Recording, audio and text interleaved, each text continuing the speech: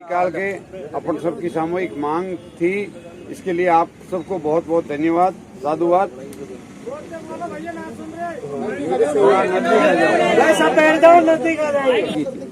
एक एक बिंदु पे उन्होंने समय निकाल पूरी बात सुनी थी और जो मुख्य बिंदु था अपना इंटरडिस्को मिष्ठान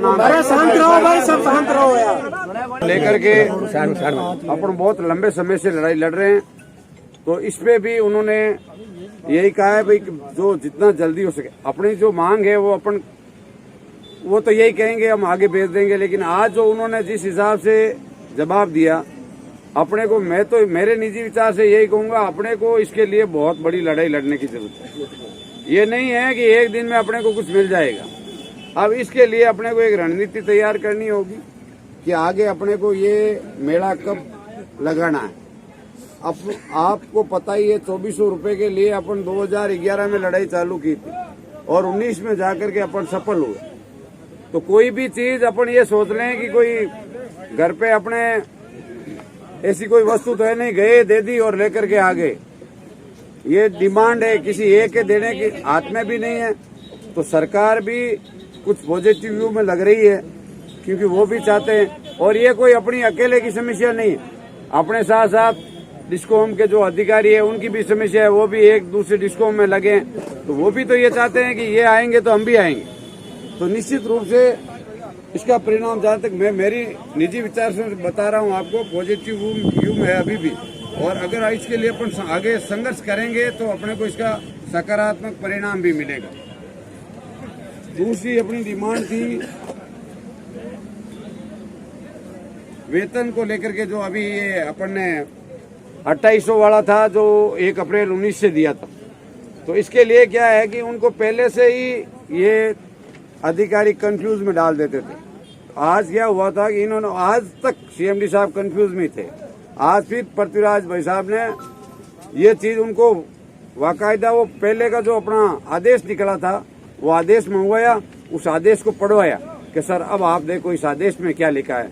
कोई जरूरत नहीं थी उसको दोबारा कोऑर्डिनेटर कमेटी में ले जाने की। भाई समन्वय समिति में ये लेके गए थे, दोबारा ले जाने की जरूरत नहीं थी। उसके बावजूद भी इसको ले जा करके घसीटा इस आदेश को और उसके बाद इन्होंने ये फंडा डाल दिया कि इसको 1 अप्रैल 19 से दिया जाए, जबकि ये डेट ऑफ ज्वाइनिंग के हिसाब से देना था। तो इसके लिए भी साहब ने बोला है कि इसमें मैं 100% आपकी करवाने की कोशिश करूंगा और करवा भी दूंगा। चलो। और ये एक तीसरी डिमांड थी अपने नाम परिवर्तन की। तो हमने उनको अच्छी तरह से ये चीज समझाई भी थी। हमारे साथी ये भी बोले थे कि भाई जो नर्स थी इनको नर्सिंग ऑफिसर बनाया गया। तो हम आपसे पैसे नहीं मांग रहे हैं, सिर्फ ये जो डंडे लगे हमारे पीछे और जो हेल्पर शब्द लगा है वो हट जाए, उसमें सरकार का कुछ जाना नहीं है। तो उसके लिए अपन ने ये जूनियर टेक्नीशियन, सीनियर टेक्नीशियन ये पद रखे थे। तो पहले तो उन्होंने बोला कि भाई ऐसा कोई दूसरे विभाग में है क्या, तो उनको सारी बात ये बताई कि भाई ऐसा है और ऐसा हुआ भी है। तो उन्होंने कहा ठीक है मैं इसमें आपको दिखाऊंगा। तो निश्चित रूप से मुझे जहाँ तक लगा कि इसमें सरकार को भी कोई बड़ा खर्चा आने वाला है नहीं, क्योंकि ग्राम सेवकों को भी आपको पता ही है वो पद दिया था। तो हाँ, ग्राम विकास अधिकारी बनाया था, उनका कोई वेतन नहीं बढ़ाया था ज्यादा ये, लेकिन उनको क्या वो पद से सुशोभित हो गए। और जिस हिसाब से अपने ये हेल्पर लग रहा है, अपनी स्किल्ड लेबर है, उसके बावजूद भी तो इससे थोड़ा क्या कोई पूछता भी है। बस में बैठते हैं तो भी यही कहते हैं पद क्या है, टेक्निकल करके रुक जाते हैं, क्यों वो पीछे वाला नाम नहीं लेते। तो हो सकता है ये सरकार का बढ़ने वाला नहीं है और ये हकीकत भी है। तो हो सकता है अपना ये भी काम संभव है, हो सकता है। लेकिन ये मत भूलो कि भाई अपन आज या आगे एक दिन में अपने सारे काम हो जाएंगे, एक दिन में अपनी इंटरडिस्को मिष्ठानांतरण भी हो जाएगा, नाम भी चेंज हो जाएगा। 2400 के लिए अपन कितने लड़े थे, 11 में यूनियन बनाई थी, उसके बाद में सबको संगठित किया था। करते करते कई बार सस्पेंड हुए, जिला बदर हुए, तब जाकर के 18 में अपन सक्सेस हुए और 19 से अपने को मिला। तो आप ये तो भूल जाओ कि बगैर मुकदमे आपको कुछ मिलेगा, खाने पड़ेंगे और भी मुकदमे, खानी पड़ेगी और भी लाठियां, तब जाकर के कुछ मिलेगा और वो भी संख्या बल से आएंगे। तो ये नहीं है कि आज तो चलो अपना प्रोग्राम इस हिसाब से हो गया कि भाई इन्होंने कल पृथ्वी भाई साहब को पहले बुलाया था और उसके बाद बोला तो ये था कि हम आपको आ जाओ और परमिशन दे देंगे, और हुआ उसके विपरीत था। तो ये तो एक राजनीति भी थी, और आपको पता ही है सरकार तो डगमगाई हुई है। वैसे भी उनको तो ये भी पता था कि भाई कोई मामला दूसरा तो नहीं है, हो सकता है इसी सरकार में कोई कांग्रेस का प्रतिनिधि ये भी गुजर है, कोई करवा तो नहीं रहा है। सीधी सी बात है ये, मैं आपको सीधी बात बता रहा हूँ। ये मान रहे हैं सारी यही नीति होती है भाई, कहीं सचिन जी का तो हाथ नहीं है इसको आगे करने का। सरकार में सरकार के विरुद्ध खड़ा करना ये तो संभव है, ऐसा तो सोचते तो है ही है। तभी अपनी परमिशन रद्द हुई। परमिशन भाई यहाँ आपको देंगे नहीं, तो भी कमिश्नर साहब ने यहाँ बैठने बोले आप तो अपने जो पदाधिकारी है या कुछ लोग आपके रवाना हो गए उनको भेज दो, हम आपकी वार्ता कराएंगे, डेलीगेशन कराएंगे, ये हमारी गारंटी है। और निश्चित रूप से उन्होंने करवाई भी, जैसा कहा वैसा करवाया। विद्यानगर थाने वालों ने भी, थानेदार साहब ने भी अपने को पूरा कोऑपरेट किया।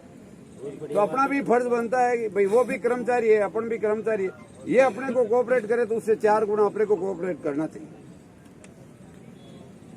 चौथी मांग थी अपनी ये भाई, उनको कहा था केरल और उड़ीसा में वापस एकीकरण हो गया था, और अपनी भी जब कंपनियां बनी थी तो 600 करोड़ का घाटा था, और आज तो 1,20,30,000 करोड़ का घाटा है। तो अपन ने तो नफे में लाने के लिए तो ये कंपनियां बनाई थी, और कंपनियों ने तो पूरा डिस्कॉम को धराशायी कर दिया। तो इससे अच्छा तो हमारा एकीकरण करके आप वापस RACB का निर्माण कर दो।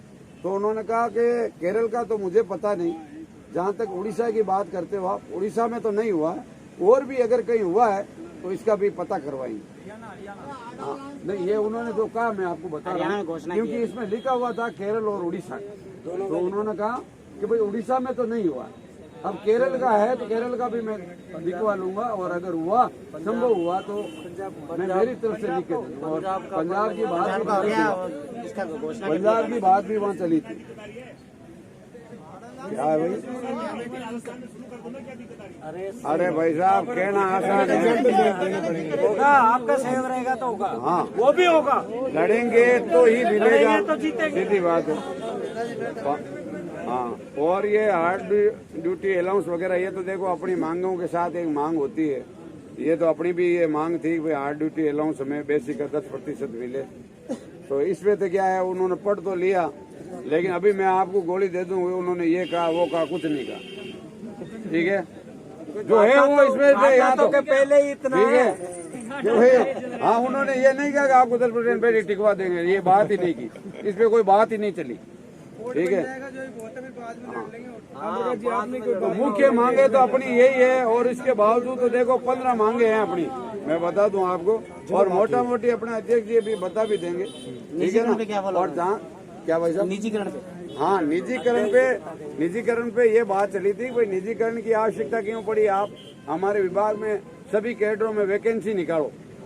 तो उन्होंने कहा वैकेंसी आपके हम निकाल रहे हैं अति शीघ्र। तो भाई साहब ने कहा था कि भाई ये 6,500 वैकेंसी तो अटकी हुई है साहब 18-19 की, वो भी नहीं निकली, कि अब धीरे धीरे हम सारी निकाल देंगे, आपकी जितनी भी वैकेंट पोस्टें हैं सारी निकाल देंगे। ये बात उन्होंने कही है। जब वो निकल जाएगी तो ऑलरेडी आपके जितने GSS ठेके पे गए हैं, अब आपको भी पता है, मुझे भी पता है, लाइन है वो लेंथ बढ़ी है, कंज्यूमर बढ़े हैं, सब स्टेशन बढ़े हैं, ये तो अपने को भी पता है ना। और उनको ये चीज सारी बता दी कि भाई ये स्थिति है, ठेकेदार का एक आदमी GSS चला रहा है, और उसकी वजह से हमारे कर्मचारी मौत के ग्रास हो रहे हैं। और ये हकीकत भी है, देखो एक आदमी 24 घंटा नौकरी नहीं कर सकता, चाहे वो कर्मचारी बिजली घर का हो या प्राइवेट ठेकेदार का। तो उनको ये पूरी बात समझाई, उनको उदाहरण देकर के भी बताया कि भाई फलां जगह हमारा कर्मचारी ठेकेदार के कर्मचारी की लापरवाही की वजह से मौत की ग्रास हो गया। फिर उन्होंने आनंद फानन में समझौते कर लिए, सारी चीज उनको बताई, और उन्होंने ये एक्सेप्ट भी किया भाई बिल्कुल ये चीज सही है।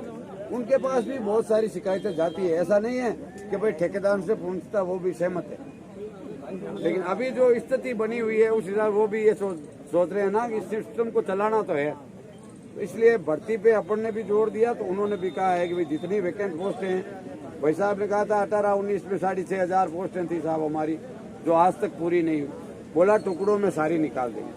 और भर्ती के लिए तो वैसे भी अपनी सरकार, मैं बता रहा हूँ आपको, ये कांग्रेस सरकार भर्ती 100% निकाले। ये हमारे सेक्रेटरी महोदय से भी मेरी बात हुई थी, उन्होंने कहा राम प्रकाश जी ये भर्ती के लिए तो आप, ये सरकार पॉजिटिव व्यू में 100% आपके भर्ती निकलेगी।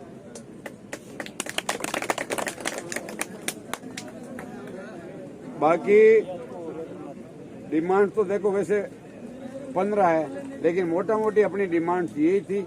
अब इस पे जो विस्तृत चर्चा करेंगे वो भाई साहब और बता देंगे। मैं तो छोटा पदाधिकारी हूँ, मेरे से बड़े बेटे, मैं उम्र में बड़ा हूँ, तो इसलिए इन्होंने समझा दिया। ठीक है, बहुत बहुत धन्यवाद। जय भारत।